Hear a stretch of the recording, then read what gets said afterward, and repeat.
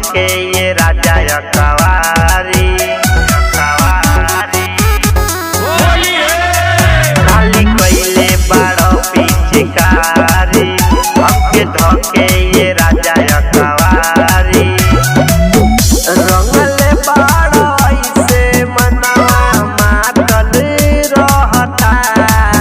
पीके आइल बाड़ो देसी पौआ यही से प्यारे जागल रहता रंग बाटे तहारे चटकौआ यही से प्यारे लागल रहता।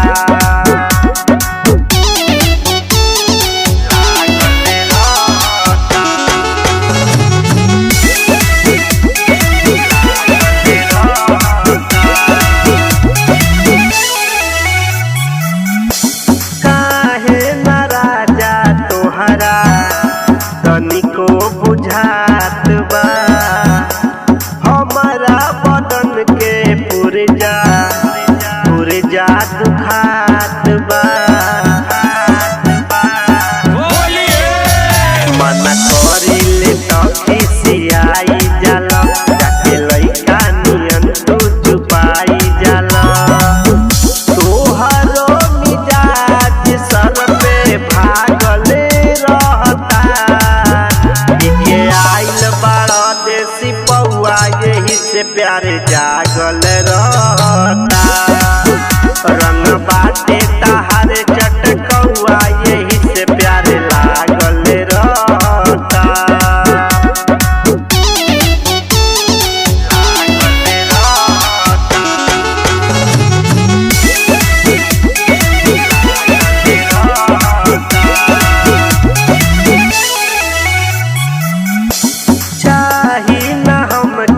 कवनो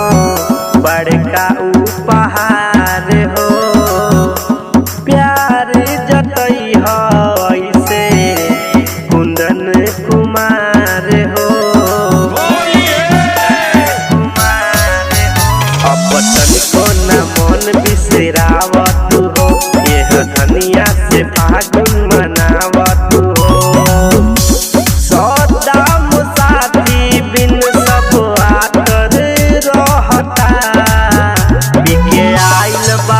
देसी पौआ यही से प्यारे जा